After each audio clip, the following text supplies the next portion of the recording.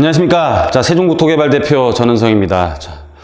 자, 오늘은 그 서울시 정책 중 잘 될 것과 잘 안 될 것, 뭐 잘 될 것과 안 될 것 이런 거보다 좀 서울시가 추구하는 방향이 뭔지 이런 것들을 한번 신문 기사 분석을 해보고, 그리고 서울시가 추구하는 사업이 어떤 게 있는지 한번 보고요. 그리고 결론을 내고, 그리고 이 서울시의 지금 개발 사업 중에서 여러분들이 잘 알아서 투자하고 싶다면은 여러분들한테 굉장히 유익한 강의가 될 강좌까지 한번 소개를 시켜드리는 시간을 갖도록 하겠습니다. 자, 그래서 서울시 정책들을 한번 보면은 빈집 재생 위에 맹지까지 산다는 서울시. 그래서 보면은 우리가 이 박원순 빈집 프로젝트 이걸 좀 확대를 해보면은요. 자, 박원순 빈집 프로젝트 올해 400가구 목표인데 못 쓸 땅에 세금 낭비 우려도 있다. 이게 무슨 뜻이냐면은, 그러니까는 빈집을 재생해가지고 재임대를 놓는 거예요. 그래서 서울시 자체는 굉장히 좀 서민들을 위한 정책에 대한 기조로 많이 가고 있습니다. 그래서 빈집이 생긴 곳은 사실 좀 살기도 안 좋은 곳이니까 빈집이 생겼을 거 아니에요. 그렇게 살기 안 좋은 곳에 또 그나마 또 빈집까지 매입해가지고 거기에 좀 서민주택을 공급하는 것은 굉장히 무리수가 있어요. 무리가 있는데 서울시의 의도는 일단은 서민을 위한 정책을 많이 쓰고 있다는 것을 우리가 볼 수가 있습니다. 그래서 이 어느 정도까지냐면, 이거 오늘 이제 5월 15일 신문인데 재개발 막기에 법까지 바꾸자는 서울시. 그래서 이 부분을 또 한번 확대를 한번 해서 볼게요. 확대를 한번 해서 보면 가재울 뉴타운 같은 경우 지금 추진위원회가 설립이 됐는데도 해제 근거 전혀 없는데도 법 바꿔서 일괄 해제해야 된다. 국토부에 의견서를 전달을 했대요. 그러니까는 서울시 같은 경우는 막 재개발을 해가지고 고급 아파트들이 막 들어오는 것을 원하지는 않아요.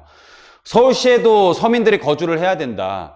서울시 주변은 그린벨트이기 때문에 서민들이 거기에 서울시 외곽으로 나가면 집을 못 짓게 되겠죠. 근데 서울시에 사는 서민들은 어쩔 수 없이 서울에서 생계를 갖고 있지만 좀 안 좋은 집이라도 거기에 있어야 되는 사람들이 좀 서울시에서 별로 안 좋은 주택에 사는 거잖아요. 근데 이 사람들이 서울시에서 쫓겨나게 되면은 그린벨트에는 당연히 집을 못 짓고 그거보다 더 외곽으로 나가야 돼요.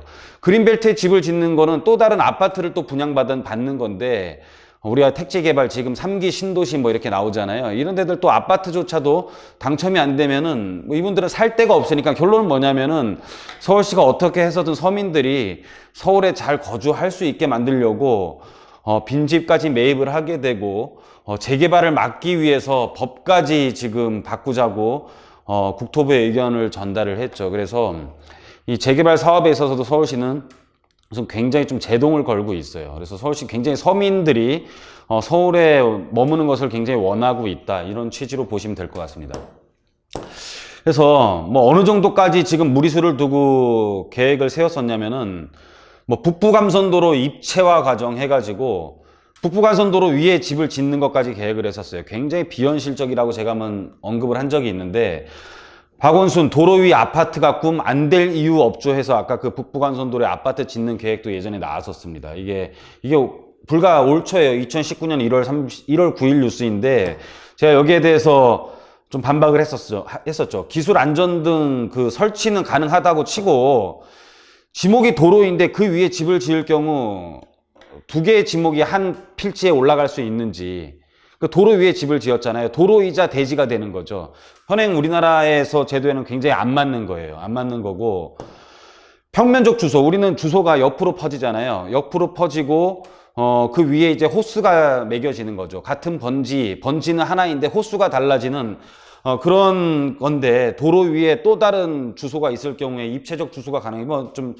이거는 너무 깊게 안 들어도 되는 얘기입니다. 그래서 여러 가지 좀 안 된다 그런 얘기죠. 사실 인공대지 조성 비용이 도로 위에 우리가 데크를 치고 그 위에 기반시설을 만들어서 집을 짓는 비용이 지금 서울시 주변에 남아있는 그린벨트 보상가보다도 훨씬 더 비쌀 가능성도 있기 때문에 그렇게 위험하게 집을 지을 필요는 없다라는 거예요. 그래서 도로 위에 집이 있다는 것은 굉장히 위험할 수도 있는 거거든요. 그래서 참 비현실적인 것까지도 생각을 하면서 상상력까지도 발휘를 하면서 서민을 위한 주택을 많이 생각을 하고 있다는 것을 우리가 볼 수가 있는 겁니다. 그래서 지금 서울시 공공주택 공급 혁신을 보면 뭐 도심 상업지역 주거 비율을 90%로 확대, 도심 활성화. 그래서 요거는 도시 정비형 재개발 사업 시, 그래서 주거 비율을 높이는 거에 대해서 상업지역에서는 그 전에 70% 뭐 이랬었는데 지금 90%로 확대해서 지금 시행 중이에요. 이건 뭐 시행 중이고, 또 하나, 서울시 공공주택 혁신의 주민의 삶의 질 혁신 경쟁력 높인다. 그래서 여기서 좀 주목해 볼 것은 소규모 정비 사업 층수 완화를 해주는 거예요. 그래서 7층에서 15층. 그러니까 서울시에서는 지금 좀 완화를 해주는 것은 상업지역에서 개발을 할 때, 상업지역에서 도심 재개발을 할 때, 주거 비율을 높이면서 개발에 대해서 완화를 해주는 부분과 소규모 정비 사업을 할 때 7층에서 15층까지 층수 완화를 해주는 거죠. 그래서 이 소규모 주택 정비 사업에 대해서 서울시가 굉장히 완화를 해주는 것을 우리가 볼 수가 있습니다. 그러면은 법률을 분석을 해보면 소규모 주택 정비 사업은 빈집 및 소규모 주택 정비에 관한 특례법이라는 게 있어요. 아까 빈집을 우리가 사가지고 서울시가 매입을 해가지고 임대주택으로 하려고 하는데 너무 좀 세금이 낭비되지 않느냐라는 그 우려에 대한 기사를 처음에 봤는데 그 법이 해당되는 게 이겁니다. 그래서 빈집 및 소규모 주택 정비에 관한 특례법이 작년부터 시행이 돼요. 그래서 이것을 보면은 이 목적은 방치된 빈집을 효율적으로 정비하고 그리고 소규모 주택 정비를 활성화하기 위해 필요한 사항 및 특례를 규정함으로써 법보다 더 위에 특례를 주는 거죠. 특례를 규정함으로써 주거 생활의 질을 높이는 데 이바지함을 목적으로 한다. 이제 서민들에 대한 건데, 이 법의 가장 큰 특징을 보면은요, 이 소규모 주택 정비, 그러니까 소규모 재개발을 하게 되면은 이 가로주택 정비 사업이 대표적인 건데, 이 가로주택 정비 사업 같은 경우는 우리 투기과열지구에서 우리가 재개발이나 재건축을 할 때 거기에 일반 분양을 받던 조합원이 되던 간에 향후 추후에 5년 동안 재당첨이 금지되는 조항이 있어요. 근데 이 가로주택 정비 사업으로 인해서 새로운 주택을 받을 경우에는 이 5년 재당첨에 해당되지 않기 때문에 여러분들이 지금 어떤 조합원에 대한 자격을 갖고 있거나 또는 파리대책 이후에 우리가 매입을 해서 또는 일반 분양이 당첨이 됐던 사람들은 5년 안에 가로주택 정비 사업이 된다고 하더라도 재당첨에 해당되지 않기 때문에 거기에 대한 물건을 우리가 받을 수가 있습니다. 굉장히 내용이 어렵죠. 이런 내용들을 아까 처음에 소개해드렸다시피 재개발 강좌에서 다 소개를 해드릴 겁니다. 여러분들 재개발이나 이 서울시 재개발에 대해서, 재개발 재건축에 대해서 관심 있는 분들, 소규모 주택 정비에 관해서 관심 있는 분들은 제가 조금 있다가 소개시켜 드릴 강좌에 여러분들이 참여를 하시면은 여러분들이 웬만한 중개업자들보다는 훨씬 더 높은 지식을 제가 가질 수 있다라고 장담을 해드립니다. 그래서 한번 좀 이따 강의 소개시켜 드릴 거고요. 그리고 여기에 관한 것들은 관리처분 절차라는 게 없어요. 관리처분 절차가 없고 사업시행 인가 때 관리처분을 거의 같이 합니다. 그래서 굉장히 빠르게 진행될 수가 있습니다. 그래서 결론을 내보면은 이 재개발보다는 지금 서울시 같은 경우는 도시 재생 및 소규모에 대한 개발 의지가 굉장히 강하다는 것을 우리가 볼 수가 있어요. 그래서 서울시 추진 개발 사업 중 인센티브를 주는 게 상업지역과 소규모 재정비 사업에서는 인센티브를 줍니다. 나머지는 막 해제를 시키려고 하죠. 있는 법도 없애버리고 없는 법도 만들어서 가재윤류타운 같은 경우는 지금 해제 절차를 밟으려고 하는 서울시 의도를 오늘 신문에서도 볼 수가 있는 거고, 그리고 투기과열지구인데 5년 당첨도 재당첨에도 해당되지가 않아요. 그래서 여러분들이 적극 활용해 볼 수 있는 게 이 가로주택 정비 사업이에요.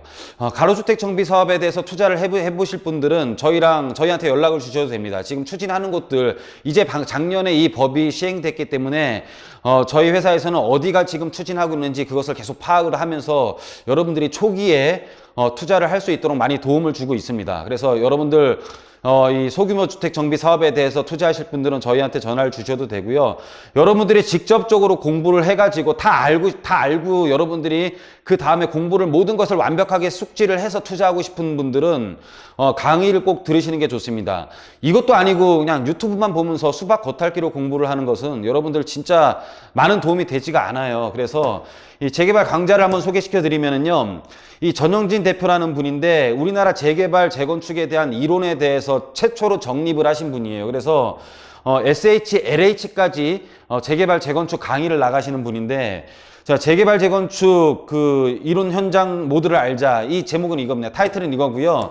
이분 소개를 시켜드리면은 책도 굉장히 많이 냈어요. 뭐 저랑 책 낸 것도 있으시고, 예전에 뉴타운 신문사라는 것까지 만들기도 했었는데, 뭐 여러 가지 책을 많이 냈습니다. 그래서 수강생 전용 밴드까지 만들어 가지고 여러분들이 공동 투자할 수 있는 기회까지도 만들 예정입니다. 그래서 여러분들 이 강의를 듣고 싶으신 분들은요, 이 강의 커리큘럼을 보면은 뭐 여러 가지 일단 들어보시는 게 더 중요할 것 같습니다. 어디에 투자해야 할까까지, 그리고 알지만 몰랐던 뭐 그들 많은 사연들 해가지고 좀 여러분들이 조금 더 깊이 여러분들이 파고들 수 있고, 그리고 어떤 곳에 투자를 해야 되는지 효율성까지도 이제 높이면서 강의가 좀 진행될 예정입니다. 그래서 이 강의는 저희 그 세종국토개발의 부동산 투자 쉽게하기 네이버에 치면 이 카페가 나오는데, 이 카페에 가입을 하셔가지고 재개발 재건축 이론과 현장 모두를 알자, 여기에 이제 그 강의 신청을 하시면은 여러분들이 그 강의를 들으실 수가 있습니다. 그래서 이 강의를 여러분들이 꼭 신청을 해가지고 여러분들 많은 지식을 배양하기를 바랍니다. 이제 여러분들이 이렇게 유튜브를 보면서 하는 것보다 이렇게 체계적으로 하나의 강의 커리큘럼을 가지고 4주 동안 해가지고 여러분들의 지식에 그 완전히 그 이제 서랍에 흐트러진 물건들을 이제 정리하는 어떤 그런 개념이라고 보시면 될 것 같습니다. 그래서 자, 오늘 여러분들 그 서울시 정책 중 잘 될 것과 안 될 정책 구분을 했고요. 자, 신문기사 분석해서 정책에 맞는 사업이 뭔지, 그리고 재개발 강의까지 그 소개시켜 드리는 시간을 가졌습니다. 여러분들 많이 참고들 하셔서 많은 도움이 되셨으면 좋겠고, 자, 오늘 강의는 여기서 마치도록 하겠습니다.